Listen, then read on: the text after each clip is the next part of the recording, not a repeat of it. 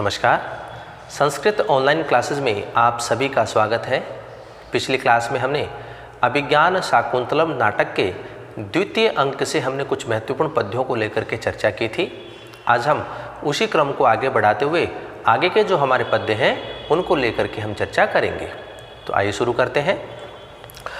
हमारा अगला पद्य है कि अभिमुखे मयि संहृतमीक्षणम हसित मन्ये निमित्त कथोदयम विनयवारित वृत्तिरस्तस्तया न विवृतो मदनो न च संवृत है। अब यहाँ राजा और जो विदूषक है वह आपस में वार्तालाप कर रहे हैं। तो राजा कहता है कि मयि अभिमुखे ईक्षणम सहृतम, कि मेरे द्वारा सामने देखे जाने पर, मयि अभिमुखे अर्थात मेरे द्वारा सामने देखे जाने पर, ईक्षणम सहृतम तो वह अपनी दृष्टि को हटा लेती थी। अन्य निमित्त कथोदयम हसितम, और अन्य बातों के बहाने से वह हंसती थी। अतः तया विनय वारित है वृत्ति मदन है न विव्रत है न च संवृत है, तो उसने शालीनता के कारण रोक ली है ऐसी प्रवृत्ति जिसकी ऐसा काम भाव न तो प्रकट हुआ या किया और न ही उसने छिपाया। तो इस प्रकार से राजा दुष्यंत और जो विदूषक है वो आपस में वार्तालाप कर रहे हैं और शकुंतला के जो मन की स्थितियां हैं, जो मन के भाव हैं, उनको देख करके राजा दुष्यंत जो है वह विदूषक से कहता है कि मयि अभिमुखे ईक्षणम सहृतम, कि मेरे द्वारा सामने देखे जाने पर वह अपनी दृष्टि को हटा लेती थी। अन्य निमित्त कथोदयम हसितम, और अन्य अर्थात दूसरी बातों के बहाने से ही वह हंस पड़ती थी। अतः तया विनय वारित वृत्ति, अर्थात शालीनता के कारण जिसने या शालीनता के कारण रोक ली गई है प्रवृत्ति जिसकी ऐसा मदन है काम भाव, न विवृत है न च संवृत है, न तो प्रकट किया और न ही उसने छिपाया।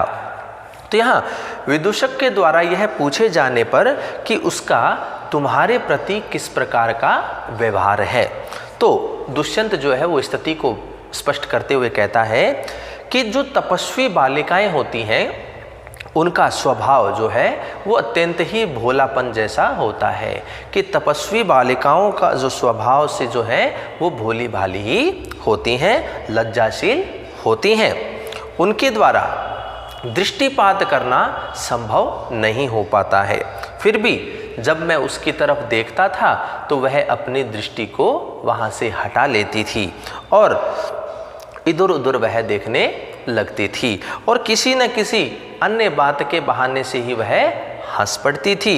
सच बात तो यही है कि शील से अर्थात शालीनता से वह इतनी दबी हुई थी कि वह न तो अपने प्रेम को प्रकट कर पा रही थी और न ही वह छिपा पा रही थी। इस प्रकार से विदूषक के द्वारा पूछे जाने पर दुष्यंत जो है वह उसका जो व्यवहार है शकुंतला को उसको वह बता रहा है, उसका वर्णन यहाँ पर किया गया है। तो इसी का वर्णन इस पद्य में कवि के द्वारा किया गया है। अगला पद्य देखिए। दर्भांकुरेण चरण क्षत इत्यकांडे तन्वे स्थिता कतिचिदेव पदानि गत्वा आसीद विवृत्त वदना च विमोचयन्ति शाखाशु वल्कम अशक्तम अपि द्रुमाणाम। अब यहाँ आगे जो स्थिति है, जो दुष्यंत है वह विदूषक से कहता है कि तन्वी अर्थात यह शकुंतला कतिचिदेव पदानि गत्वा, थोड़े पग चल करके अर्थात थोड़े कदम जा करके, दूर जा करके, एकांडे अर्थात अचानक से ही, दर्भांकुरेण चरण है क्षत इति स्थिता, कि अचानक से कुश के अंकुर से पैर जो है वो घायल हो गया है, ऐसा कह करके वह रुक गई। यहाँ दुष्यंत जो है वह विदूषक से कहता है कि वह तन्वी अर्थात वह शकुंतला कतिचिदेव पदानि गत्वा, थोड़े कदम चल करके, थोड़ी दूर जा करके, अकांडे सहसा ही अर्थात अचानक से ही, दर्भांकुरेण चरण क्षत इति स्थिता, कुश के अंकुर से पैर घायल हो गया है, पीड़ित हो गया है, ऐसा कह करके वह रुक गई। द्रुमाणाम शाखासु च अशक्तम अपि वल्कलम विमोचन्ति, और वृक्षों की शाखाओं में न उलझे हुए भी वह वस्त्र को छुड़ाने की चेष्टा कर रही है। क्योंकि वृक्षों की शाखाओं में उसके वस्त्र उलझे नहीं हैं, फिर भी वह ऐसा प्रकट कर रही है कि उसके वस्त्र जो है, वो वल्कल वस्त्र जो है, वो वृक्षों की शाखाओं में उलझ गए हैं और उसको वह छुड़ा रही है। विवृत वदना आसीत, और ऐसे मुझे देखने के लिए ही मानो उसने अपनी गर्दन को घुमाया है, अर्थात अपने मुख को घुमाया है कि वह मुझे किसी न किसी बहाने से देखना चाहती है। तो राजा दुष्यंत जो है वो विदूषक को शकुंतला की जो स्थिति है, व्यवहार है, उसके बारे में वर्णन कर रहा है कि वह दुष्यंत कहता है कि वह शकुंतला जो है वह कुछ दूर जाकर के और कुश के अंकुर से पैर घायल हो गया है, ऐसा कह करके वह अचानक रुक जाती है और वृक्षों की शाखाओं में न उलझे हुए भी वल्कल वस्त्र को छुड़ाने की चेष्टा करती हुई मानो मुझे देखने के लिए ही उसने अपने मुख को घुमाया है, अर्थात वह मुझे बार बार देखना चाहती है। तो राजा विदूषक से कहता है, भावार्थ यहाँ पे है इस प्रकार से है कि राजा जो है विदूषक से कहता है कि जब वह जाने लगी उस समय शिष्टता की रक्षा करते हुए, शालीनता की शिष्टता की रक्षा करते हुए भी उसने अपने प्रेम को प्रकट कर ही दिया, क्योंकि कुछ दूर चल करके, कुछ कदम चल करके वह शकुंतला जो है अचानक से ही मेरे पैर में कांटा लग गया है या कुछ के अंकुर से मेरा पैर घायल हो गया है, इस प्रकार से कह करके वह रुक जाती है और रुक करके कहती है और वह फिर अपने वल्कल वस्त्रों को वृक्षों की शाखाओं में न उलझे होने पर भी उसे छुड़ाने की वह चेष्टा करती है कि मानो मुझे देखने के लिए ही उसने अपने मुख को घुमाया है, अर्थात वह मेरी ओर देखती हुई वह कुछ समय तक खड़ी रहती है। तो इसी का वर्णन इस पद्य में महाकवि कालिदास के द्वारा किया गया है। अगला पद्य देखिए। यदुतिष्ठति वर्णेभ्यो नृणाम क्षयी तत्फलम तशः षड्भागम अक्षयम दत्तारणका ही नः। यहाँ अब राजा दुष्यंत जो विदूषक है उनके मध्य में वार्तालाप चल रहा है। तो यहाँ कहा गया है कि वर्णेभ्यः यत् उत्तिष्ठत है, अर्थात राजाओं को वर्णों के द्वारा, वर्ण अर्थात ब्राह्मण क्षत्रिय वैश्य और शूद्र, इन चारों वर्णों के द्वारा जो उत्तिष्ठित है, जो धन की प्राप्ति होती है, जो धन प्राप्त होता है, नृपाणाम तत्फलम क्षय अस्ति, तो वह निश्चित रूप से ही क्या होता है, नश्वर होता है। कि राजाओं को चारों वर्णों से जो धन प्राप्त होता है वह निश्चित ही नश्वर है, अर्थात नष्ट होने वाला होता है। ही सचमुच में आरण्य का न अक्षयम तपः षड्भागम ददाति, और निश्चित रूप से ही तपस्वी लोगों के द्वारा हमें निश्चित ही अनश्वर अर्थात कभी भी नष्ट न होने वाले तपस्या का षष्ठांश देते हैं। जो तपस्वी होते हैं वो निश्चित रूप से ही जो अपनी तपस्या का छठा भाग या षष्ठांश हमें देंगे वो निश्चित रूप से ही कभी भी नष्ट नहीं होने वाला होता है, वह अनश्वर होता है।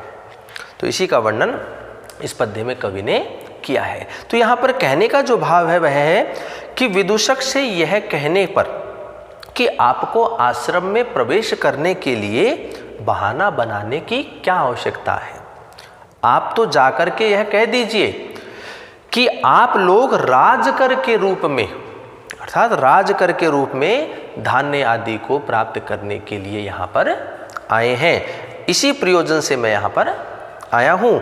और यह सुनकर के राजा विदूषक से कहता है कि तुम तो एकदम मूर्ख हो, क्योंकि वास्तविकता तो यह होती है कि जो प्रजाजन से हमें जो षष्ठांश मिलता है वह निश्चित रूप से ही नश्वर होता है, एक न एक दिन समाप्त होने वाला होता है, विनष्ट होने वाला होता है।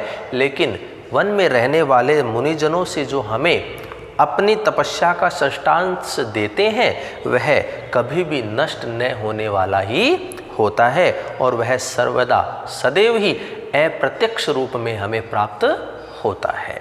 तो यहाँ राजा दुष्यंत जो है वो विदूषक से समझाते हुए कहता है कि जो प्रजाजन से हमें जो षष्ठांश मिलता है, प्राप्त होता है, वह तो नश्वर होता है, एक न एक दिन विनिष्ट समाप्त होने वाला होता है। लेकिन वन में रहने वाले इन मुनिजनों के द्वारा दिया जाने वाला जो तपस्या का, अपनी तपस्या का षष्ठांश जो होता है, वह कभी भी नष्ट नहीं होने वाला होता है और वह सदैव ही हमें अप्रत्यक्ष के रूप में प्राप्त होता है। तो इसी का वर्णन इस पद्य में महाकवि कालिदास ने किया है।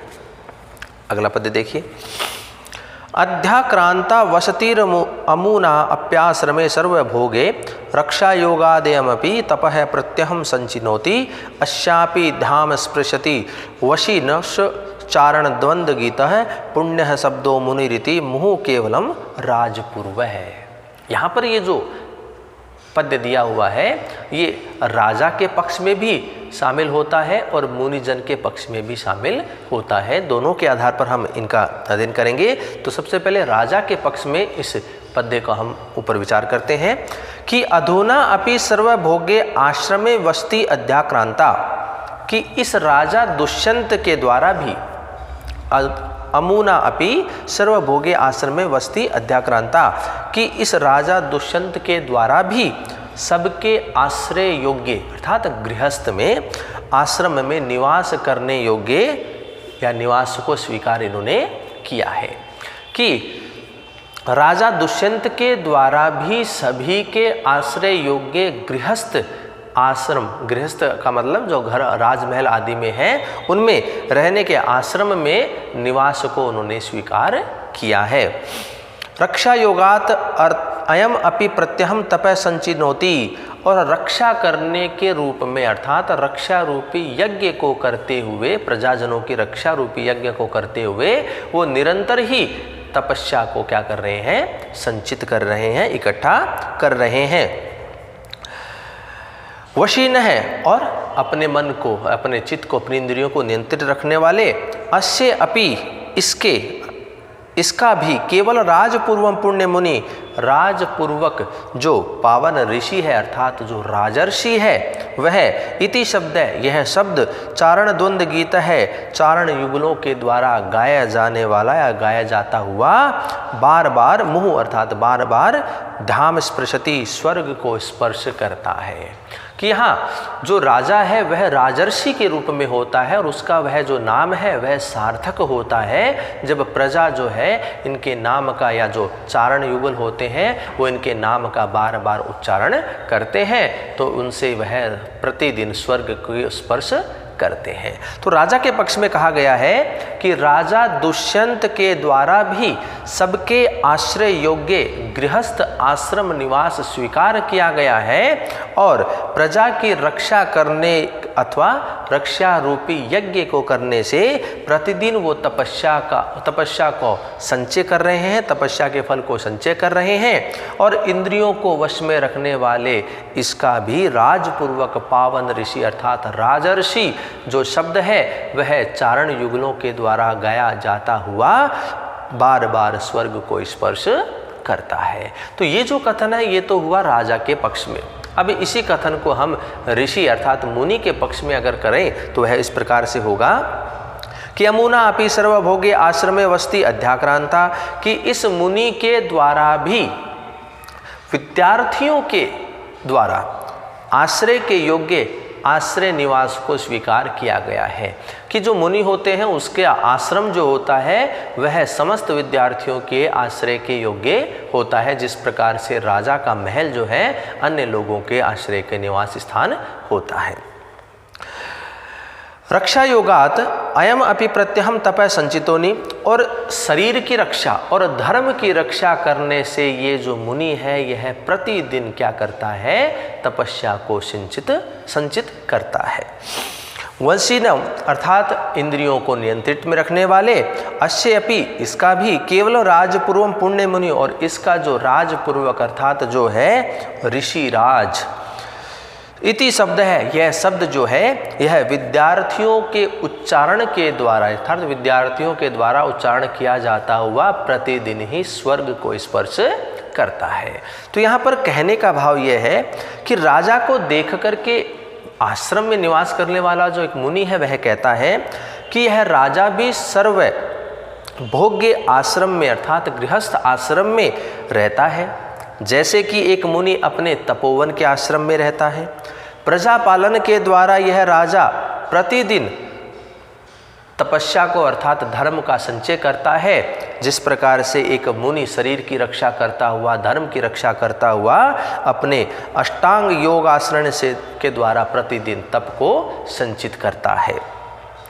प्रजा पालन से तत्पर इस राजा का यह राजर्षि जो शब्द है, यह चारण युगलों के द्वारा गाया जाता है तो प्राय वह स्वर्ग तक सुनाई देता है, जैसे कि एक जितेंद्रिय अर्थात अपनी इंद्रियों को वश में रखने वाला मुनि का मंत्रवत पवित्र मुनि अर्थात जो महान ऋषि है, जो ऋषिराज है, वह शब्द बटुजनों के द्वारा अर्थात जो उनके विद्यार्थी हैं उनके द्वारा गाया जाता हुआ स्वर्ग तक सुनाई देता है। तो यहाँ पर ये जो पद्य है ये राजा के पक्ष में भी आता है और मुनि के पक्ष में भी आता है, दोनों को एक समान ही यहाँ पर बताया है। अंतर केवल इतना होता है कि जो मुनि होता है वह राजऋषि होता है, केवल ऋषि होता है, और जो राजा होता है वह राजर्षि होता है, कि अंतर केवल इतना ही है, बाकी स्थितियों में दोनों ही क्या होते हैं, समान होते हैं। तो इसी का वर्णन इस पद्य में कवि के द्वारा किया गया है। अगला पद्य देखिए। नेत चित्रम यदम उद्धि श्याम सीमाम धरित्री मेकह कृच्छनाम नगर परिघ प्रांश बाहु भुर्नक्ति अंश संते सूर्योवतयो बद्ध वैराही दैत्य रश्यादिजय धनुषी विजयम पारोहुते च वज्रे। तो यहाँ पर कवि के द्वारा कहा है कि तेन ही अर्थात यदि राजा से संदर्भ में है कि नगर परिघ प्रांशु बाहु, कि नगर द्वार की अर्गला के समान विशाल भुजाओं वाला अयम एक है, यह अकेला राजा, यत उदधि श्याम सीमा कृष्णाम धरित्रिम भुनक्ति, यदि वह अकेला ही समुद्र से श्याम वर्ण की सीमा वाली इस पृथ्वी का उपभोग करता है, उसका पालन करता है, एतत् चित्रम न, तो इसमें आश्चर्य नहीं है। तो यहाँ पर कहा गया है कि नगर परिघ प्रांशु बाहु अर्थात नगर द्वार की जो अर्गला है उनके समान विशाल और लंबी लंबी भुजाओं वाले अयम एक है, इस अकेले राजा के द्वारा यत उदधि श्याम सीमा कृष्णा धरित्रम भुनक्ति, उस अकेला राजा दुष्यंत के द्वारा उस श्याम वर्ण वाले अर्थात समुद्र से उस श्याम वर्ण वाली सीमा वाली उस पृथ्वी का उपभोग किया जाता है। तो एतत् चित्रम ने, तो इसमें कोई भी आश्चर्य की बात नहीं है। ही निश्चित रूप से ही सचमुच में दैत्य वद वेराहा, दैत्यों से बैर बांध लिया है जिन्होंने, ऐसी सूर्यवतयो अर्थात देवंगनाएं अस्य अतिज्य धनुषे पौरुहते च वज्र विजयम आशंसन्ते, तो उन देवंगनाओं के द्वारा प्रतंजा चढ़ी हुई इस राजा दुष्यंत के धनुष पर और इंद्र देवता के वज्र पर ही विजय की आशा करती हैं। तो यहाँ पर राजा दुष्यंत को देख करके दूसरा जो मुनि होता है वह कहता है कि नगर द्वार के अर्गला के समान लंबी व पुष्ट भुजाओं वाला यह राजा यदि अकेला ही समुद्र से जिसकी सीमाएं नीली है ऐसी संपूर्ण पृथ्वी का उपभोग करता है तो इसमें आश्चर्य की बात नहीं है, क्योंकि जिनका दैत्यों के साथ सदैव ही बैर बंधा रहता है ऐसी वो देवांगनाएं युद्ध क्षेत्र में चढ़ी हुई प्रतंजा वाले इस राजा दुष्यंत के धनुष पर तथा इंद्र के वज्र पर ही विजय की आशा रखती हैं। तो इसी का वर्णन इस पद्य में कवि के द्वारा किया गया है। अगला पद्य देखिए। अनुकारिणी पूर्वेशाम युक्त रूपमिदं त्वयि आपन्ना भय सत्रेषु दीक्षिता खलु पौर्वा। अब यहाँ पर कहा गया है, कवि ने कहा है कि पूर्वेशाम अनुकारिणी त्वयि इदम युक्त रूपम। तो यहाँ कहते हैं कि अपने पूर्व वंशजों का अनुकरण करने वाले आपके लिए यह उचित ही है, अर्थात ऋषियों की आज्ञा को मानना। तो यहाँ पर कहा गया है कि पूर्व वंशजों का अनुकरण करते हुए आपके लिए इन ऋषियों की आज्ञा को मानना उचित ही है। खलु निश्चित रूप से ही पौरवा आपन्ना भय शत्रेषु दीक्षिता, निश्चित रूप से ही पुरु वंश में उत्पन्न होने वाले राजा लोग आपत्ति से पीड़ितों को अभयदान देने में वृत्तनिष्ठ होते हैं, कर्तव्यनिष्ठ होते हैं। कि पुरुवंश में उत्पन्न होने वाले जो राजा लोग होते हैं, यदि किसी व्यक्ति पर आपत्ति आती है, पीड़ा आती है, तो वो उन्हें अभय दान देने में कर्तव्यनिष्ठ रहते हैं। तो यहाँ पर जब राजा मुनियों के आग्रह को स्वीकार कर लेते हैं तो वे प्रसन्न हो जाते हैं। भावार्थ यहाँ बताया है, जब राजा मुनियों के द्वारा किए गए आग्रह को स्वीकार कर लेते हैं, उन्हें मान लेते हैं, तो मुनिजन जो हैं वो प्रसन्न हो जाते हैं और कहते हैं कि आप अपने पूर्वजों का अनुसरण करने वाले हैं, अतः जो अपने मुनि वचनों को पालन करते हुए उन्हें अभयदान दिया है। यह बात आपके योग्य ही है, क्योंकि पुरुवंश में उत्पन्न होने वाले जो राजा हैं वो आपत्तिग्रस्त लोगों को अभयदान देने में कर्तव्यनिष्ठ रहते हैं। तो इसी का वर्णन इस पद्य में महाकवि कालिदास के द्वारा किया गया है। अगला पद्य देखिए। कृतयोर भिन्न देशत्वाद द्वेधि भवति मे मनः पुरः प्रतिहतम शैले स्रोतो बहो यथा। अब यहाँ कहा गया है कि कृतयो अर्थात दोनों कार्यों से तात्पर्य है कि एक कार्य तो है प्रजा की रक्षा करना, उनका पालन करना, और दूसरा है माता की आज्ञा को मानना। कृतय अर्थात तपस्वियों की रक्षा करना और माता की आज्ञा का पालन, दोनों कार्यों के भिन्न देशत्वात् अलग अलग स्थान में होने से मे मन है मेरा मन, पुरः सामने स्थित शैलई अर्थात पर्वत से प्रतिहतम अर्थात टकराने वाले स्रोतो वह स्रोत है नदी प्रवाह की तरह है, यथा द्वेधि भवती दो तरफ से बट गया है अर्थात दो भागों में विभाजित हो गया है।